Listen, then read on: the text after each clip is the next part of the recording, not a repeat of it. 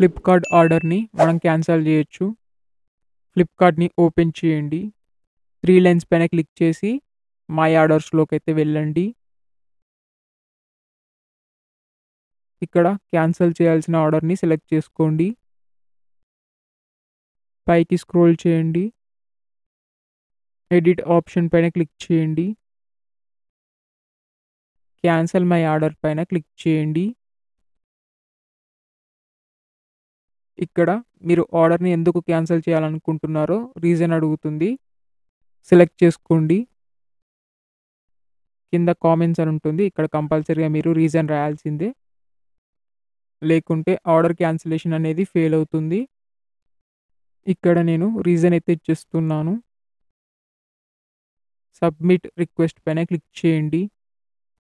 మన రిక్వెస్ట్ అయితే వాళ్ళకి వెళ్ళిపోతుంది. ఇక్కడ చెక్ స్టేటస్ అని కనిపిస్తుంది. దీనిపైన క్లిక్ చేసి మీరు స్టేటస్‌ని అయితే చెక్ చేయొచ్చు. ఈ ప్రోగ్రెస్ అంతా కావడానికి మనకు 4 అవర్స్ అయితే టైం పడుతుంది. బ్యాక్ వచ్చేయండి. ఇక్కడ రీఫండ్ ఇన్ ప్రోగ్రెస్ అని కనిపిస్తుంది. ఇలా కనిపిస్తే వాళ్ళు మన రిక్వెస్ట్‌ని యాక్సెప్ట్ చేసినట్టు. అండ్ మన మెయిల్‌కి కూడా మెసేజ్ వచ్చి ఉంటుంది. మీరు చెక్ చేసుకోండి. మీరు ఇక్కడ చూడొచ్చు నా ఆర్డర్ క్యాన్సిల్ అయినట్టు ఇక్కడ మెయిల్ అయితే వచ్చింది.